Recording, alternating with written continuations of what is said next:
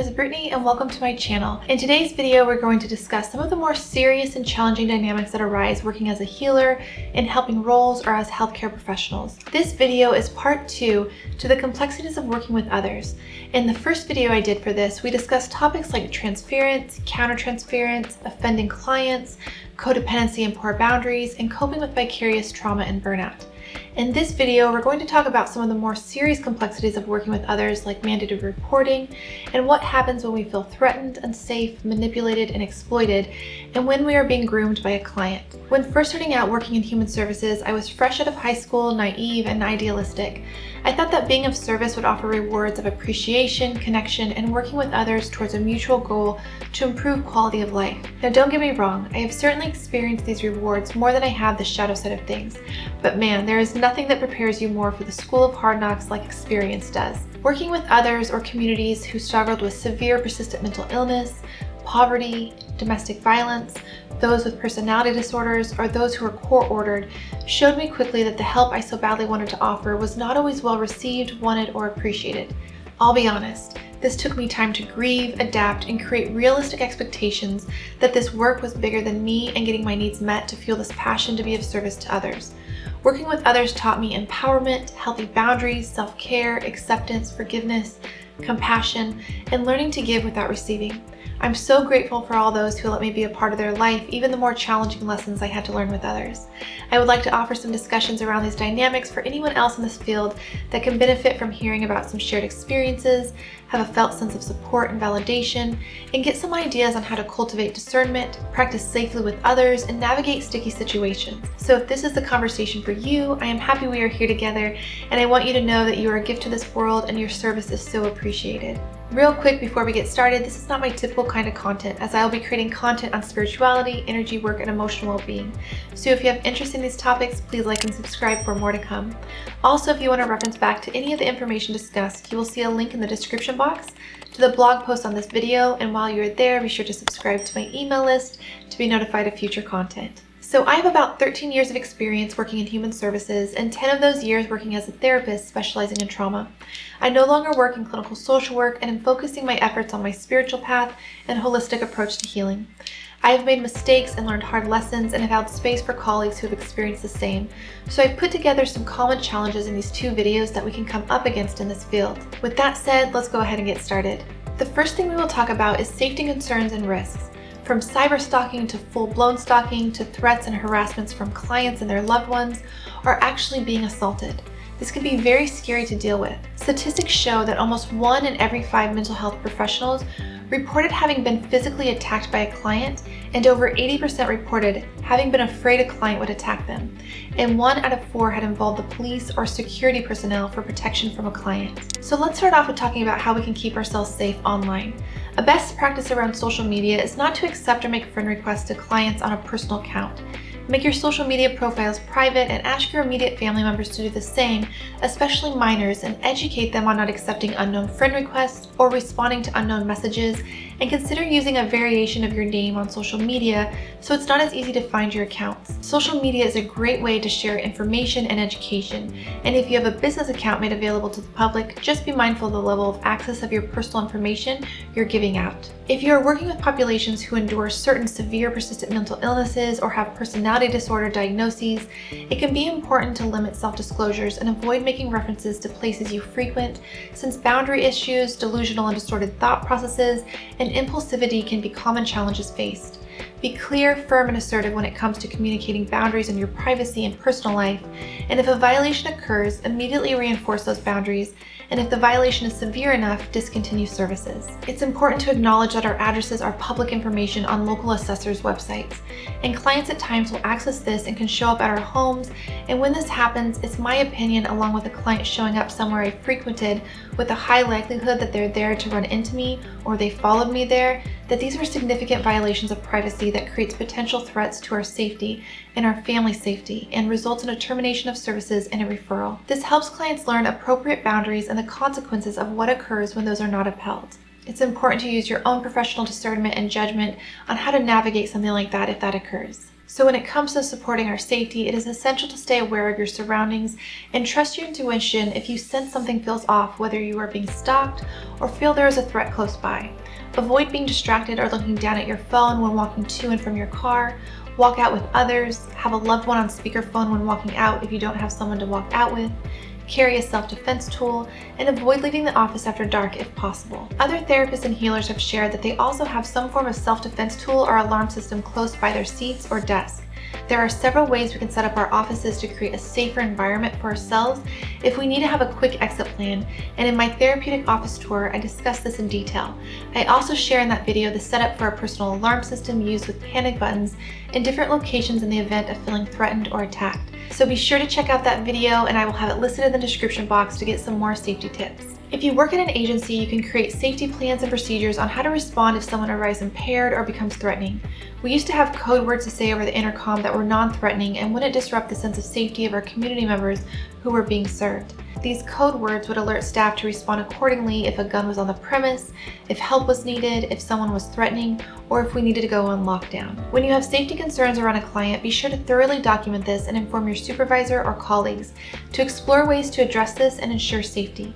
And in serious circumstances, involve the police and file a report. Typically, any time I did not feel safe, this called for a termination of services, and I would have this conversation over the phone. But if this is not an option, consider having a colleague or supervisor present with you. Sit closest to the door, meet in a neutral meeting area instead of your office, and if you meet in your office, consider keeping the door open.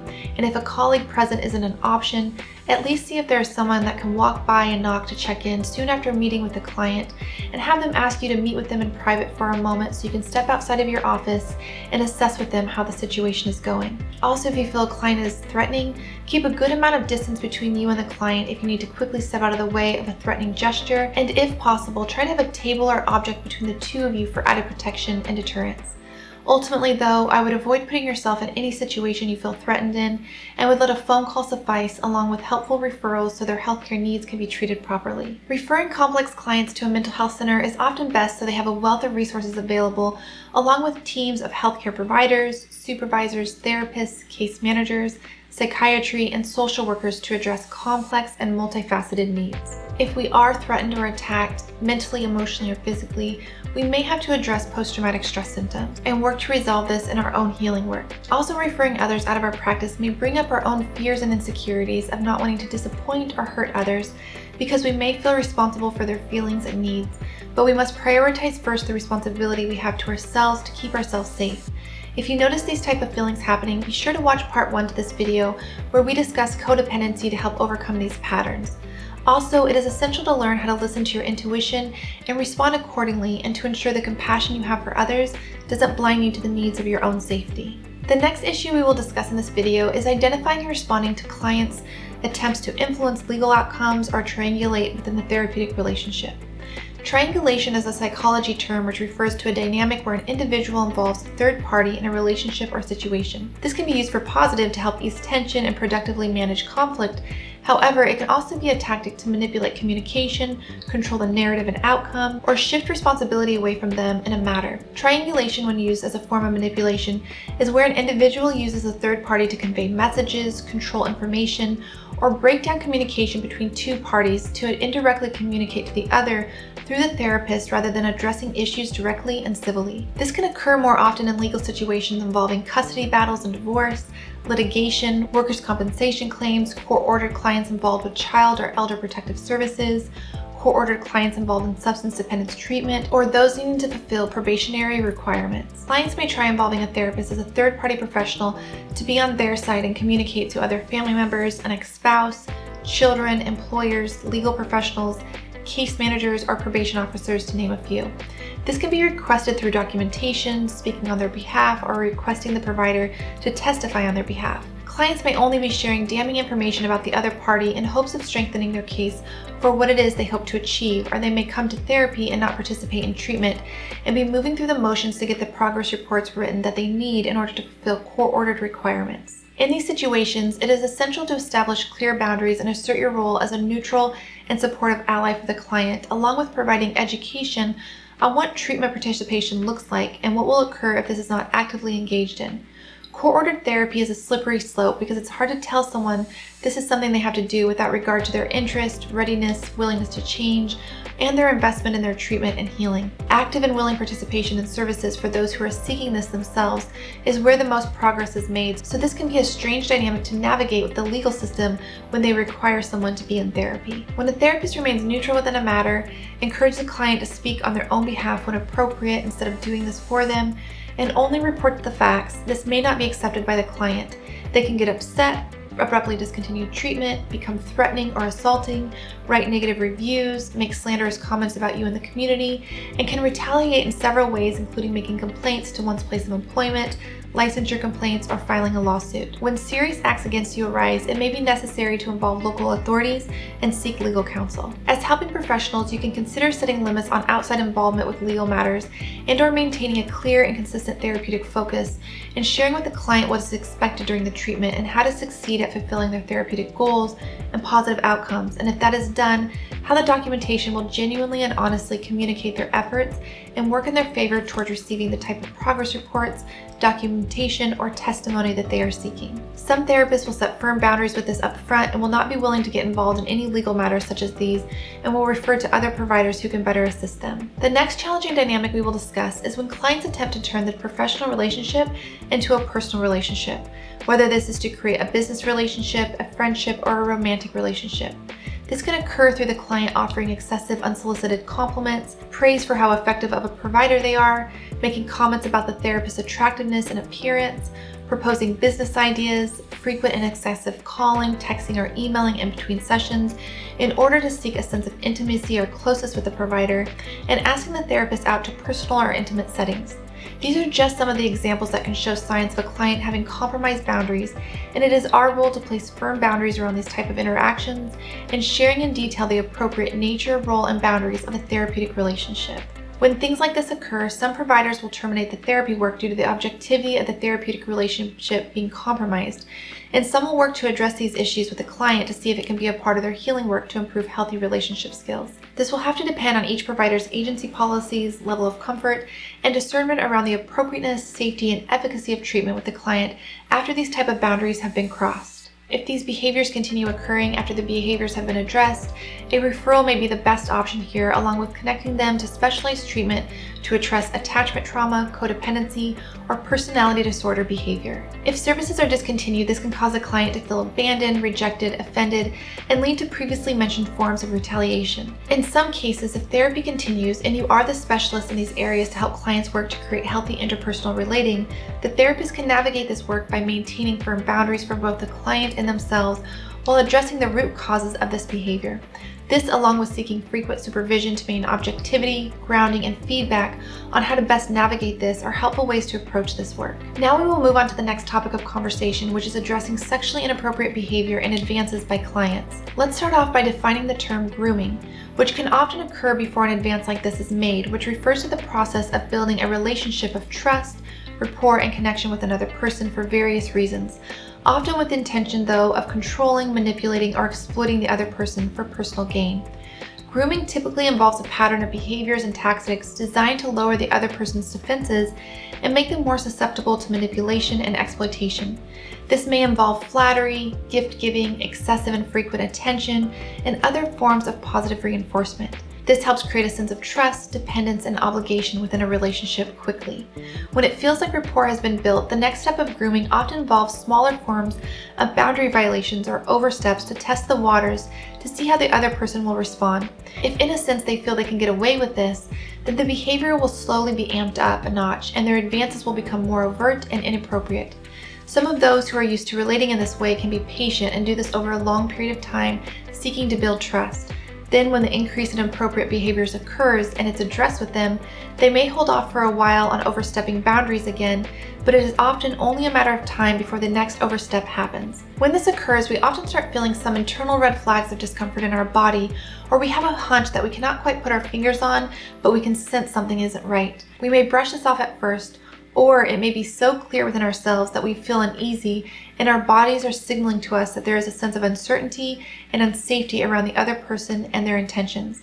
We may also have increased hypervigilance and feel exhausted after they leave the appointment. Other times we may feel a sense of disgust, and we may even feel emotionally or mentally violated even when the behaviors are more subtle. When there are behaviors of attention seeking or excessive flattering occurring, and you can feel that there's a sense of manipulation behind it, my mentor refers to this as being slimed and offers reminders that if you don't feel safe, then you are not, and you need to remove yourself from an environment, seek supervision, self-reflect on what is happening or being triggered, and set boundaries to ensure your sense of safety at all times. These moments can be so uncomfortable, but we have to learn to be uncomfortable and set these boundaries. When things like this occur, it's in my opinion that therapy work is not going to be effective, and they have a much different agenda for being there than we may realize. Those in human services often have trusting and accepting natures, and hopefully would not relate to others like this.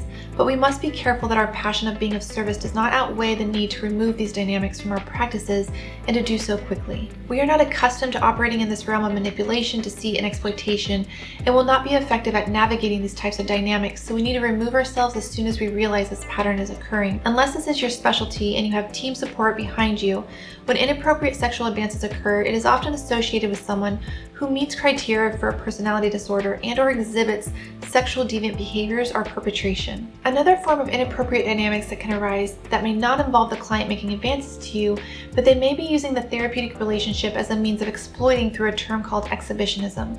They will share information that has a shock factor or involves disturbing details that deviates from cultural norms and social acceptabilities. These type of deviant behaviors or perversions can be referred to as exhibitionistic behavior, which comes from a means of seeking attention, approval, or validation from provocative or shocking behavior that involves disregard for social norms and boundaries. They may share disturbing accounts of former crimes involving bodily harm towards another or interest in unusual, violent, or criminal-based behavior.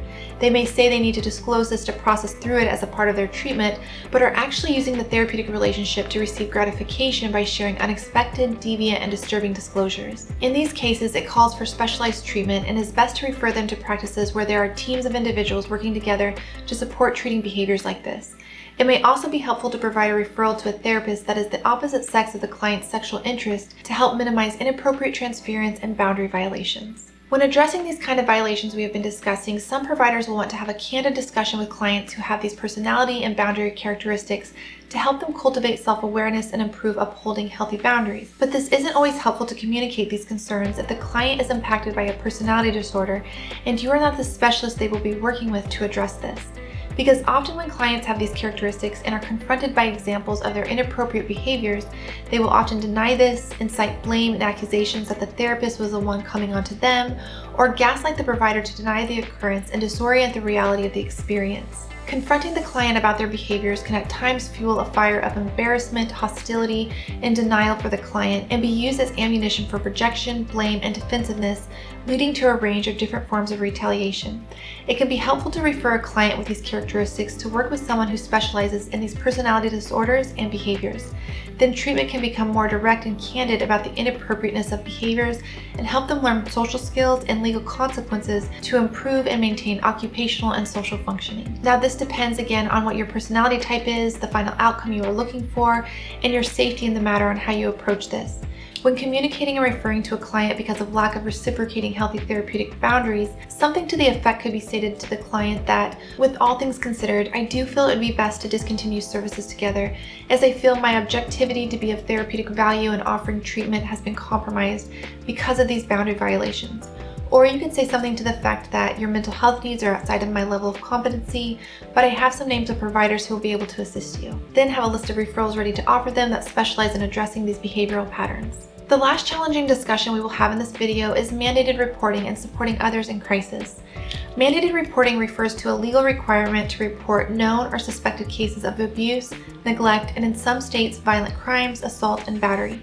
Failure to report can result in legal and professional consequences such as fines, loss of licensure, and civil or criminal liability. It is important for individuals who are subject to mandated reporting requirements to be aware of their obligations and to follow the appropriate reporting procedures in their jurisdiction. This can involve calling the police department to do welfare checks for those enduring homicidal or suicidal intent, calling and informing someone that they may be in harm's way, reporting child, disabled adults, or elder abuse or neglect to protective services, or reporting someone's involvement in a violent crime or being the victim of a violent crime. When calling for welfare checks, request a crisis intervention trained officer, also known as a CIT officer if available, as they have a mental health and de-escalation trained approach. There are times it is also necessary to refer clients to the hospital or to call the police to transport them for a psychiatric evaluation due to distressing episodes of panic, anxiety, depression, self-harming or self-mutilating behaviors, suicidal or homicidal ideation, a manic or psychotic episode that is impairing functioning,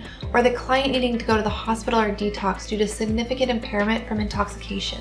It's helpful to make a list of the phone numbers that you may need to have on hand for these type of situations, such as the police department, emergency room addresses, a local crisis center, emergency psychiatric services, or domestic violence shelters. When I was in practice, I would also create these business-sized cards that I would give to others that had the numbers and addresses to emergency and crisis support. I will also include the safety plan I created when I was in practice that I used that you are welcome to use as a template. I would include a list of psychiatric and emergency services, the local emergency room address, the police department, crisis centers, and hotlines along with domestic violence shelter information so the client had access to this on hand if they were not in a crisis at the time but needed to refer to this outside of session. When I was in practice, I did not offer after-hours support when working in community mental health or in private practice, and this was communicated clearly at the first session, so clients were aware of what they could expect and how to access other resources in the event they needed added support or they were in crisis. Each person received a crisis card for local resources, and I also made sure to include on my voicemail the crisis hotline at the end, so if they reach out after business hours and they could not reach me, they would be reminded of the number they could call for after-hours support. When having to make a report, share as much information that is relevant and available, document thoroughly, and debrief with mentors and supervisors. When in doubt on whether something we have learned needs to be reported or not, it is best to call the reporting lines and share the details and allow them to determine if it's required to report or not, and allow that to be the determining factor of the professional agencies who handle those reports and investigations. It's better to report than underreport to ensure everyone's safety. Making these reports can lead to anger from clients or their loved ones and result in confrontation, threats, and retaliation. Document thoroughly and take all threats from clients or their loved ones seriously, and take added efforts to keep yourself safe. Mandated reporting, welfare checks, and referring to emergency psychiatric care is necessary and can save lives, but it is also a difficult position to be in and can cause us to feel like we are betraying the trust or rapport of our clients. Something that one of my mentors would share is that we are not friends to those that we are working with. We are friendly professionals, and it is our priority to our clients to ensure safety, whether this is accepted or not by them. In situations where it felt like my safety would not be jeopardized by doing so, I would share with the client the need to make a report and remind them of being a mandated reporter. Clients with healthier boundaries, self-reflection skills, and insight will understand this necessity and often assist us in making these reports by providing as much details as necessary. There were times I would make the reports with the clients present so there was transparency of what was being said, and other times it would not have been appropriate or safe to do this. Honestly, having to make these kind of reports were some of my worst days because of the fear and concern I had for others and feeling helpless at times to help others in these circumstances. Self-care and rest after these long days is essential. If you need any ideas on practicing self-care, I created a comprehensive guide on that in my video on healing from vicarious trauma and burnout that will be linked below. Connecting with mentors and colleagues during this time was so helpful to receive emotional support and guidance as well. So before we come to the end of this video, the last thing we will discuss is the cultivation of discernment and professional judgment when working in these roles of being of service to others. We will not be perfect as helping professionals. We will make mistakes and we will miss things at times because we too are growing alongside our clients.